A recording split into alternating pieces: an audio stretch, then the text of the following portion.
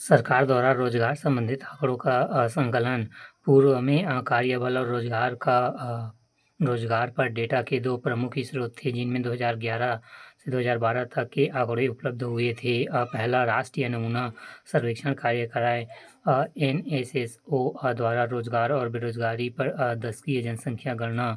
दूसरा राष्ट्रीय नमूना सर्वेक्षण कार्यालय NSSO द्वारा राष्ट्रव्यापी पंचवार्षिक सर्वेक्षण। NSSO को के पंच वार्षिक सर्वेक्षण के स्थान पर केवल वार्षिक आधार पर सर्वेक्षण 2017-18 में शुरू किए गए। इसके आवधिक श्रम बल सर्वेक्षण PLFS का नाम दिया गया। 2019 में गठित राष्ट्रीय सांख्यिकी कार्यालय NSO द्वारा वर्तमान में यह गणना की जाती है, जो 2017 में जारी कंप्यूटर आधारित सर्वेक्षण है। इसे अमिताभ कुंडू समिति की सिफारिश के आधार पर प्रारंभ किया गया, जिसमें विभिन्न चरणों में बेरोजगारी का स्तर, रोजगार के प्रकार, वेतन, मजदूर, कार्य दिवस एवं कार्य घंटे के आंकड़े एकत्र करते हैं। Centre for monitoring Indian economy CMIE द्वारा मापन CMIE की स्थापना एवं स्वतंत्र थिंक टैंक के रूप में 1976 में की गई। यह आंकड़े जारी करने वाले निजी संस्थान है जो प्राथमिक डेटा संग्रह, विश्लेषण और पूर्वनामों से जुड़ी है। यह एक आर्थिक थिंक टैंक एवं व्यावसायिक सूचना कंपनी है, जिसके द्वारा विभिन्न क्षेत्रों में व्याप्त रोजगार के ट्रेड को समय समय पर प्रस्तुत किया जाता है। इसके द्वारा सरकार, शिक्षाविदों एवं वित्तीय बाजारों एवं व्यावसायिक उद्यमों, पेशेवरों और मीडिया की सेवाएं दी जाती है। भारत में रोजगार के विभिन्न ट्रेडर्स या चालान।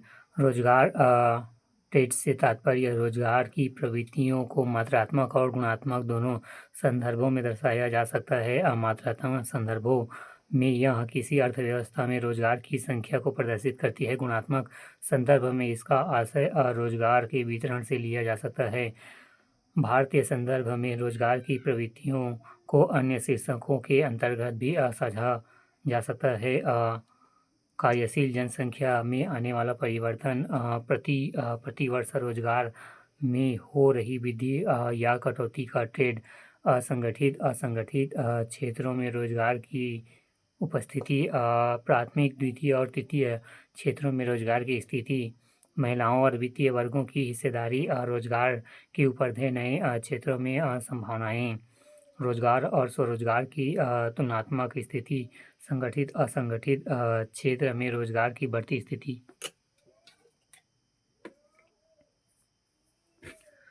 भारत में रोजगार के गुणात्मक ट्रेड, उदारीकरण एवं निजीकरण, वैश्वीकरण का प्रभाव। 1990 के बाद भारत में रोजगार के सभी क्षेत्र में एक सकारात्मक ट्रेंड नजर आया था, जो निरंतरतः आर्थिक समृद्धि के साथ जारी रहा। यहाँ तक कि 2008 में आर्थिक मंदी भी भारत पर रोजगार के संदर्भ में सीमित प्रभाव को दर्शाती है।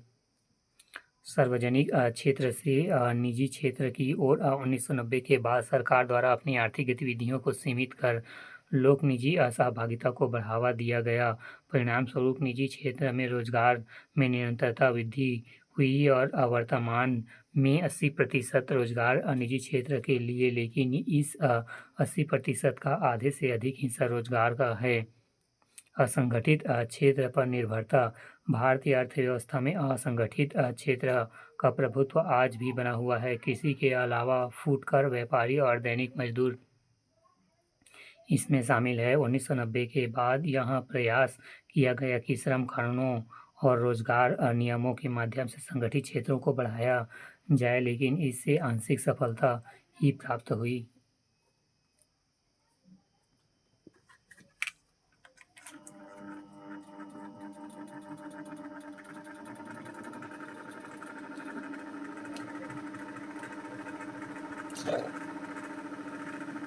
स्थायी रोजगार में संविदा रोजगार की ओर यह ट्रेंड 1990 के बाद दिखता है, क्योंकि स्थायी रोजगार में प्रशासनिक बहुत ज़्यादा होता है, इसलिए सरकारी और निजी दोनों क्षेत्रों में संविदा नियुक्तियों की प्राथमिकता दी जाने लगी। संविदा नियुक्तियाँ आर्थिक उपलब्धियों की दृष्टि से उपयुक्त हैं, लेकिन इनके कारण सामाजिक असंतोष उभरा।